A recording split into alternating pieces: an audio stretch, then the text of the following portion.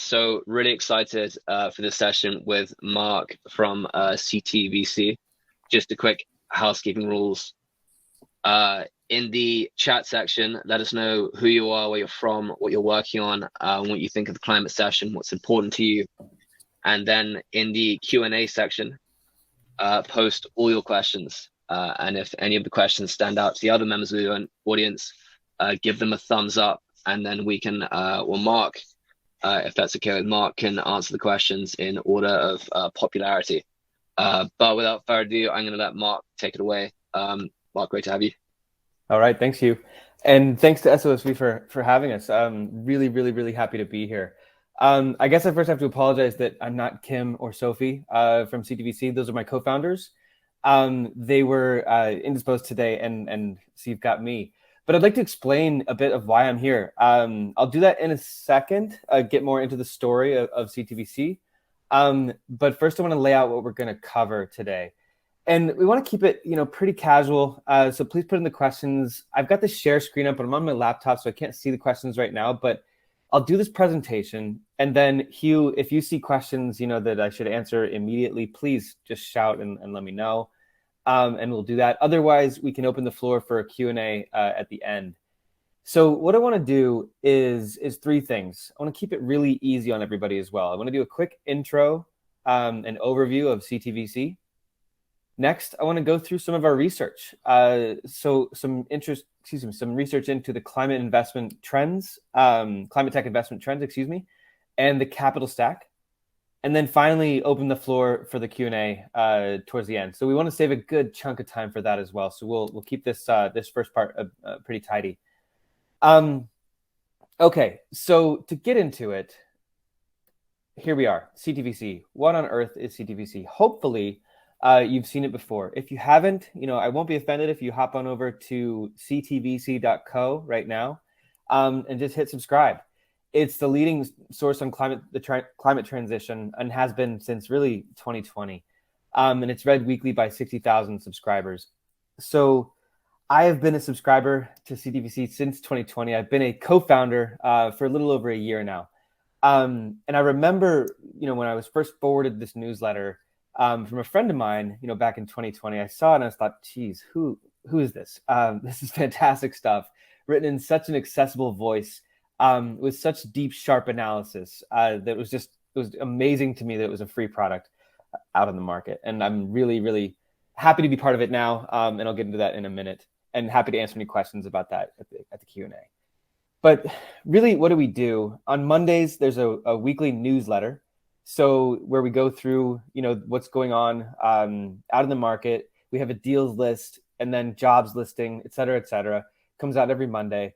And every Thursday, we do a deep dive into a topic that we choose through our research pipeline, right? So last week, we did a recap of the New York Climate Week. The week before, we did the sophisticating capital stack. And the week before that, we did dry powder. So how much funding or cash is available for investment in climate tech.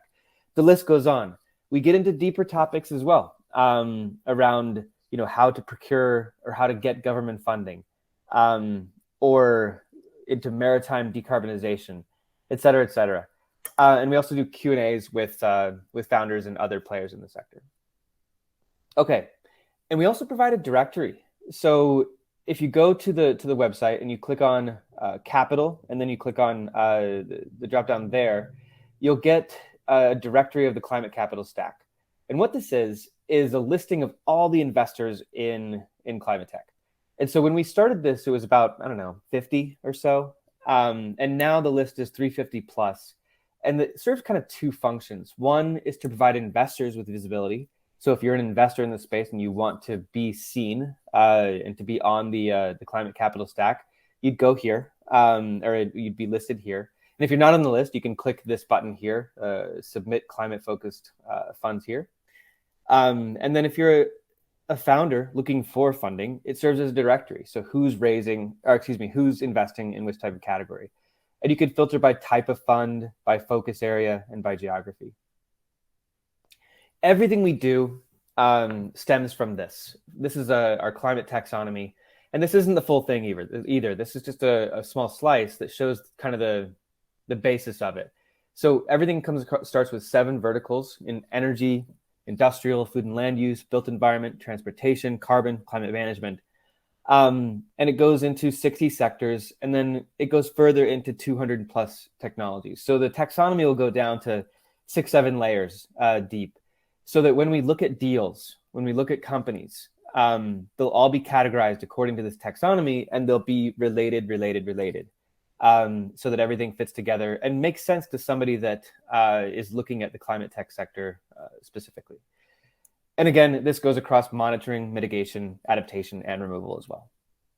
Okay, so that's kind of the newsletter. That's the CTVC newsletter. And so why am I here? I joined because we decided last year, Kim Zhao and I decided there's something more here, that we wanted to provide more research and intelligence to the market, because people kept calling us and asking us, so can I get the data underlying these charts? Or can you tell me more about the topics that are included in the newsletter, about the features? And so we really saw that there was an unmet need here, and we decided to build a market intelligence platform using this data and insight as the foundation.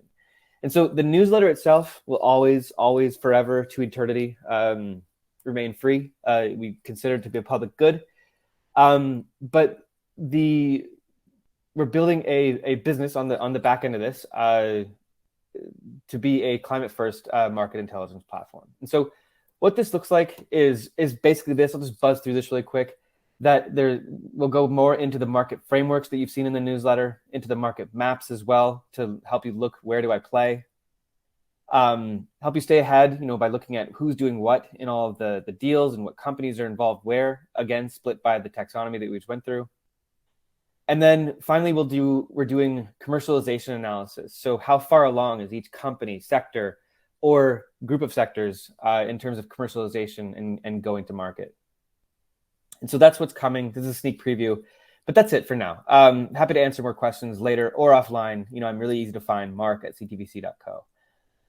My background, I joined to build this. My background was an energy analyst at New Energy Finance, that was eventually Bloomberg New Energy Finance, back when it started back in 2007. And then I ran the BNEF product for about 10 years. So my background is in energy analysis and product. So happy to talk about any of that as well. Okay, but let's get into it. So the climate capital stack, to show some research, some trends, etc. Here we go. Now, I don't want to bear the lead. I don't want to make you work for it. So just pay attention to these 3 bullet points, and then you can sit back and relax and think about the questions you want to answer or get answered. So the 3 things to remember. The first is that the trend was down. Trend in investment was down, but it's starting to show signs of life. So in H1, the trend was way down. Investment looked really pretty bad. And we were all looking to Q3 to see if it was going to bounce back, or if it was going to be the end of clean tech 2.0, as it were. But it's looking like it was looking like it's bouncing back. Next is that the capital stack, so who's doing what, who's investing, is getting more diverse and able to bridge the gap financing that we'll talk about. And finally, that there's 33 billion of dry powder out there ready to go to be put to use in climate tech. Okay, so since 2020, climate founders took 2,439 shots on goal, meaning there are 2,439 companies that are doing something in climate tech, mostly in energy, food and land use, transportation, and then the other 4 sectors as well, or verticals as well. If you look at funding, it's a bit different. It flips ever so slightly, with 117 billion going into these sectors, or these verticals, over the last 3 years, mostly in quote unquote the big 3: transportation with 44 billion, energy 26, and food and land use 23 billion. Now, if you look at funding, on a periodic basis, deal activity remains resilient. That's that green line there, but funding has declined, right? So funding has gone down, and so that's what I was talking about at the top, where in H1 we saw 13 billion in climate tech funding, and that's down 40% compared to the prior year. So again, it's all eyes on Q3 to see if this is bouncing back or if it's continuing this downward trend. But really, based on the analysis, or based on our deal flow on the platform, on the CTVC platform, we're seeing that it's looking like it's going to be bouncing back. Okay, But the decline is due to a drop off in growth and mega deals, so the big stuff. So if you look at these charts here, Series B, Series C, and growth, and this is the change in VC investment by stage, and in the bottom it's deal count. So you can see that Series B to growth, all of these dropped year on year by more than 50%, right? Big drops, not looking so good. But early stage deal activity, so deal count is up, especially in the early stuff. So there's a lot of funds, a lot of activity in the early stage investment. And again, mid and late deal activity has declined. Okay, so we're starting to see a trend there with a gap in mid and late deal activity. We'll get into the why in just a second. So how about now? Why is this? So really it's kind of three reasons, but really if you think about it, these three reasons say kind of the same thing. That number one, this is a transition from an innovation and finance story to one of infrastructure and deployment, right? So in 2020, 21, whatever, you would hear, okay, fund X was raised, fund Y was raised, company Y raised X dollars, in the series A, B. And it was very much a financial story. And we weren't waiting as much for the results of that funding to roll in. But now it's becoming one of, okay, so how are they using that money? How are they using that capital they've raised to get things done, to get projects built and things put into the ground? Next, it's a very different set of needs when you look at deployment and infrastructure. The returns are different and the profiles are different of the investors. And finally, VC can only go so far, and eventually things hit a valley of death. And so what do we mean by that is kind of this. This is not our chart, but it's a really good one. So if you look on the Y, it's financial investment, right? So it's just representative or illustrative. And then technology risk across the X. So as you go, there's government and there's industry investment. And then you have companies here that say, you know what, I'm going to make a company. I'm going to invest and get some money from an angel investor, venture capital. And that takes me to, I'll call it a pre-commercial demonstration, right? But then if I want to scale this thing, I've got to get some real big cash to build my first commercial operation, plant, project, product rollout, et cetera, et cetera. And often that leads to a valley of death, right? And to cross these valleys of death and get to boring, as we're calling it, meaning just random, run-of-the-mill bank financing or project financing as well, companies need more capital, but also more types of financing as well to get past this gap. So this can be government or private partnerships, et cetera, and let's get into that now, what that looks like. So really, we're seeing it as kind of two critical bridges to enable crossing the gap. Number one, public funding. Number two, the capital stack. So what do we mean by this? So first is public funding.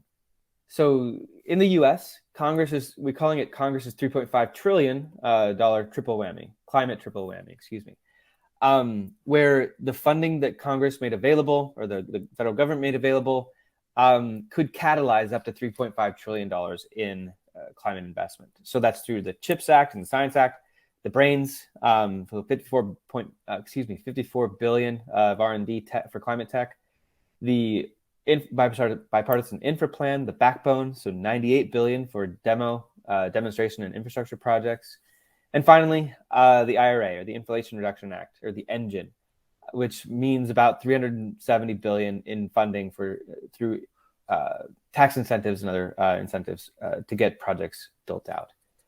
Okay, and so then you lean into private funding, and that takes us to the capital stack. And we're seeing it as several layers of getting things done. And what do we mean by that? So there can be many different ways of getting the money to cross the valley of death here. So there's everything from grants, catalytic capital, venture debt, commercial debt, and project finance, each with their own varied return and ownership expectations, right? So the return expectations might be different for each one. 0% in the case of the grants, higher for venture. I mean, this crowd knows this all too well. And then different expectations about ownership, dilution and ownership, no for grants, and all the way to project finance, no. And then complexity, again, and stage. So the idea is that there could be a different flavor, to suit all needs, something for everyone. Is that true? I think we're starting to find out. But there are many, many funds or companies or firms taking a bet that this is true. And so what this looks like is the climate capital stack. And so over here, how we've laid it out is that, we mentioned earlier, this will take you to that page we showed at the top, this QR code with the directory of the 350 different investors in climate, going from innovation funding over here on the left to infrastructure and deployment over on the right. And it's a bit different, you might note, from the times we've published in the past. In the past, we've published this simply as a two-cut diagram. One with climate first or climate specific investors, and the other side with generalist investors. But here we split it a bit more, given the growing complexity or differences with the types of firms that are involved.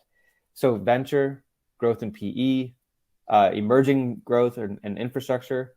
And then finally, we've added corporates that are getting much, much, much more involved as well in each of these areas.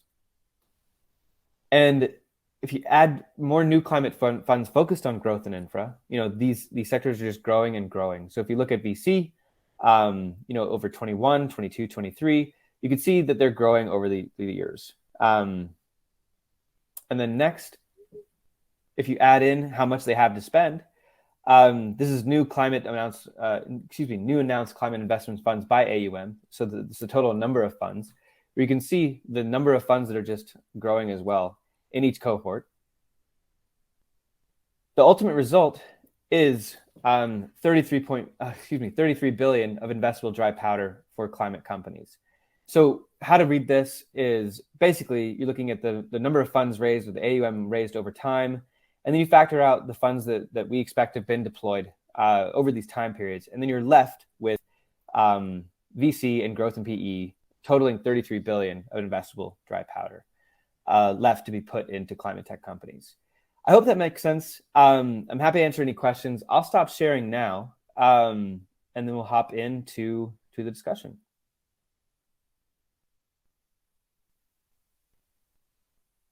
Let's see.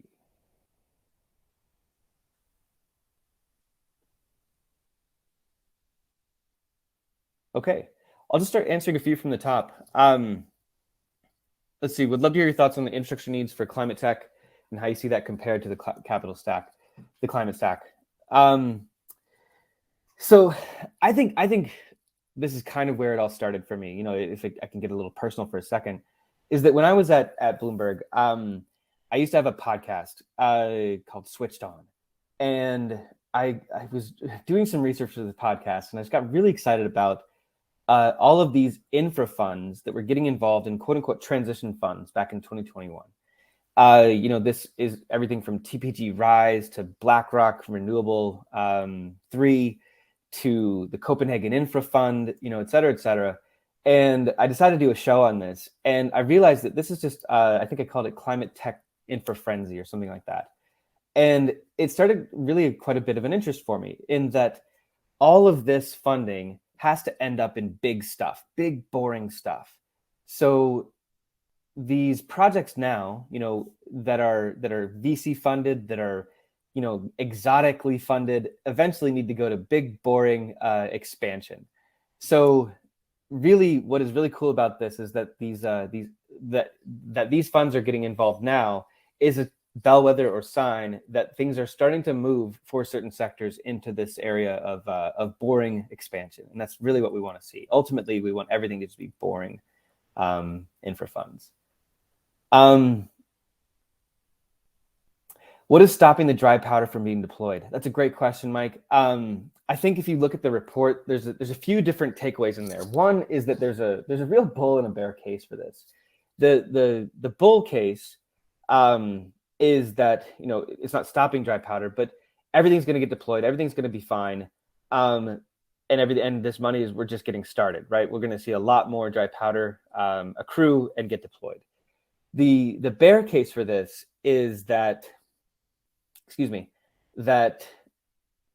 there's a mismatch, right? That the funding that's available right now in the form of dry powder is not quite finding the projects that it needs at the risk profiles that it's appropriate, that it's comfortable with, and therefore a lot of this funding is going to be stranded or not called from LPs. And so I think it kind of remains to be seen if we'll start to see that happening. I think, I know I'm for one, I'm going to be watching that really closely over the next X months, over this year, but also next year. I think will be a big telltale sign of whether these funds will get deployed and find the matching projects that meet their requirements. Let's see. I'm just going to say, everybody, if you're not voting, I'm just picking ones off the top. So please vote, and we'll get the ones that are most commonly added. So I see one from Matthew here. How are you seeing the IRA add leverage to equity investment? And what are the points of IRA preventing deployment? Oh, that's a good question. So this goes back to the same type of thing with wind and solar, I would have to say, that a lot of the companies that can benefit from tax incentives are not the same as the ones trying to deploy the technology. So what do I mean by that? So back in the wind and solar days, you have a lot of companies that were, startup wind and solar developers that didn't have any revenues yet. So they didn't have a big tax liability. And so they couldn't really benefit from the production tax credit or the investment tax credit like some of the other companies, larger financial players could.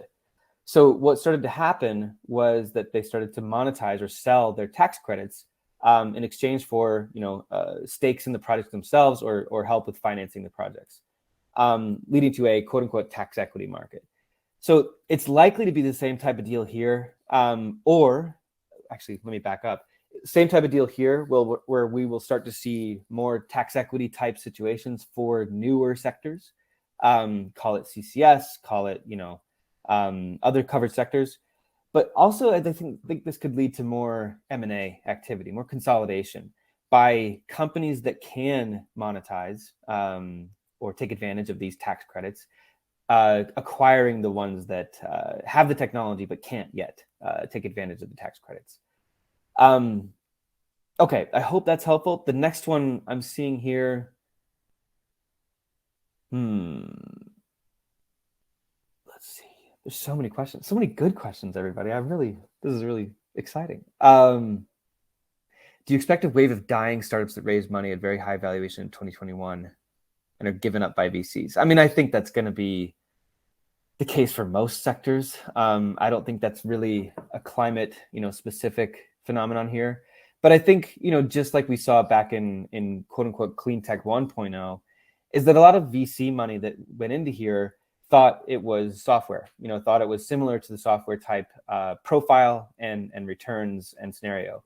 I'm not sure that everybody that got in, I know that everybody that got in, not everybody that got in during clean tech 1.0 quite understood the quote unquote valley of death. But I think the ones that have here have learned lessons here and are understanding that. However, yeah, there's going to be those types of startups that are going to be left and will remain to be seen if they survive or no. This is rapid fire, everybody. Let me see here. Oh, we have an upvote for where are you finding gaps in your data, and how are you thinking through platforms as climate intelligence versus competitive intelligence? Oh man, okay, I love this one. So the gaps there's a ton of gaps in the data generally, and this goes back to an old journalism phrase or saying that if your mother says she loves you, check it out. My whole take is that I don't really believe any of the announcements out there until I can, verify them through my team, and through others. So the idea there is that sure, there's going to be funding announcements, but if a company says, "Hey, I've got project X that's producing Y," or that we've broken ground here, I want to go check it out. I want to go check the utility filings or the tax filings or the Department of Minerals and Mines filings to make sure that that project is actually moving along as far as the company says it is. So, because there's a lot of hot air, a lot of noise out there, but I think it's important to really get in to see what's actually happening to fill those gaps in the into what's happening, into what's going on. Let's see. How can founders and investors best use CTVC's resources? Thanks for that. That's a lob. But I mean, it depends what you ask. So like right now, the free resources, ctvc.co, have at it. There's a library there of over 100 posts that really most of them are going to be evergreen, especially for the features that we write on. So if you have a topic that you're interested in, search on the website, ctvc.co, and see if we have a post that suits your needs, right? And most likely, I would guess, if you're involved in climate tech, we do. That's kind of thing one.